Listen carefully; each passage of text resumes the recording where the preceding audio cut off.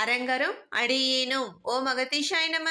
அரங்கமுருகா நினது திருவடி சரணம். திருக்குறள் அமைச்சு.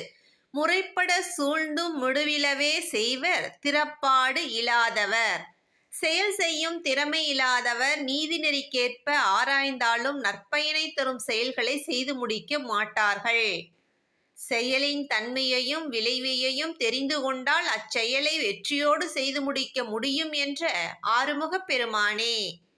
ஒரு செயலை நிறைவேற்றும் திறமையும் பொறுப்பு உள்ளவரே பொருளாளர் ஆவார்.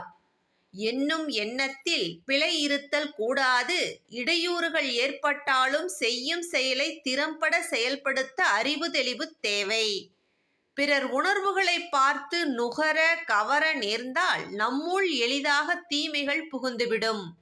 வாழ்வில் துன்பம் துயரம் வராமல் இருக்காது. வந்தாலும் அதை வளரவிடாதபடி தடுக்க வேண்டும். பிறர் கோபமாக இருந்தாலும் துயரத்தில் இருந்தாலும் அவரது தனிப்பட்ட உணர்வு நம்மை நமது உணர்வை தாக்கக்கூடாது. தாக்கினால் நமது குணமும் மாறிவிடும், நோயும் புகுந்துவிடும்.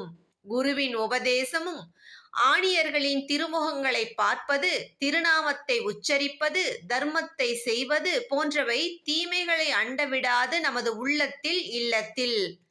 உயர்ந்த ஞானம் பெற வேண்டும். அதற்கு நல்ல பண்புகளை வளர்க்க வேண்டும். நற்செயல்களை தினமும் மேற்கொள்ள வேண்டும்.